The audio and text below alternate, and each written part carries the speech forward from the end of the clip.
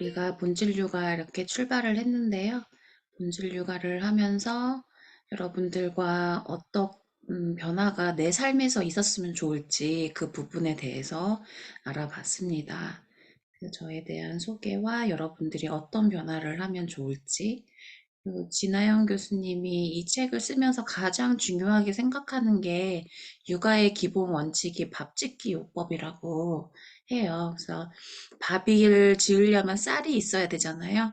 그래서 쌀은 아이 자신의 잠재력이고 또 물과 불을 잘 맞춰야 설익지 않고 잘 익는 밥이 되는데, 이렇게 맛있는 밥을 주려면 부모로서 사랑과 보호, 그리고 물은 우리가 가치 목록을 한번 체크해 보기도 했는데, 그런 가치와 마음 자세로 맛있는 밥을 짓는 밥짓기 요법, 이것이 사랑이 기본 원칙이 되어야 한다라는 거를 강조해 줬어요. 그 책에 나오는 하나의 문구 구절인데, 누구누구 내 자녀의 이름을 넣으면서 하늘에 반짝이는 별 같은 존재야, 이렇게 소개를 해주는데, 제가 교류 분석 상담에서 가장 강조하는 것 중에 하나가 스트로크예요. 스트로크는 인정하는 거, 칭찬하는 거, 쓰다듬다라는 뜻이거든요.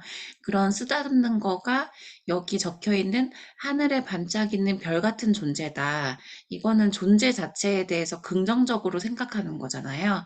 근데 긍정이기는 하지만 조건이 없는 거예요. 그래서 이런 거는 또 구분을 하자면 무조건적인, 긍정적인, 또 언어, 말로 한 거니까 언어적인 이런 스트로크다라고 제시를 할 수 있습니다.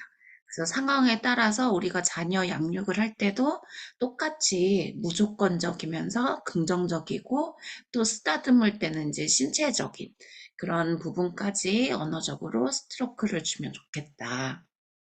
그래서 실생활에서도 이렇게 적용해 보는 거에 대해서 숙제를 한번 과제 내드린 적이 있었는데, 여기에 대해서 피드백을 해드리지는 못했어요. 숙제하신 분이 안 계셔서. 그래서 여러분도 한 번은 이렇게 실생활에서, 특히 자녀와 대화를 하면서 스트로크를, 어떤 종류의 스트로크를 전달을 해봤고, 자녀가 어떤 반응을 보였고, 그렇게 하고 나니까 나는 어떤지 그 느낌을 한 번쯤은 적어보셨으면 좋겠습니다. 그래서 본진료가 책에서도 나오는 것 중에 하나인데, 자아 존중감을 척도로 활용하는 게, 이 논문에서는 이 로젠버그 척도를 활용하고 있거든요. 그래서 책에 나온 것을 사용해도 되지만 이 10문항짜리 자존감을, 네, 체크해 보셔도 된다라는 게 1주차 때, OT 때 해드렸던 거예요.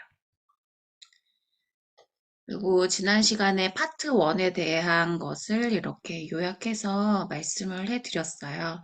그래서 오늘 PPT 이거 오늘 것까지 포함해서 드릴 테니까 한 번 더 책이랑 같이 견주어서 보시면 될 것 같고, 오늘은 파트 2입니다.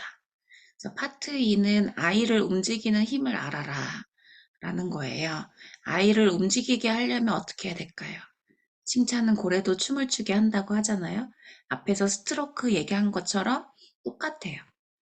근데 이제 진아영 교수님이 가장 강조하는 것 중에 하나가, 이따가 회복 탄력성이라는 것도 나오긴 하는데, 그 중에 가장 중요한 건 내적 동기다. 그 내적 동기가 앞에서 얘기했던 가치와 같은 거예요. 하나씩 소개하면, 경쟁보다 강력한 원동력, 내적인 동기, 아이를 움직이는 힘은 내적 동기가 강해야 될까요? 외적 동기가 강해야 될까요?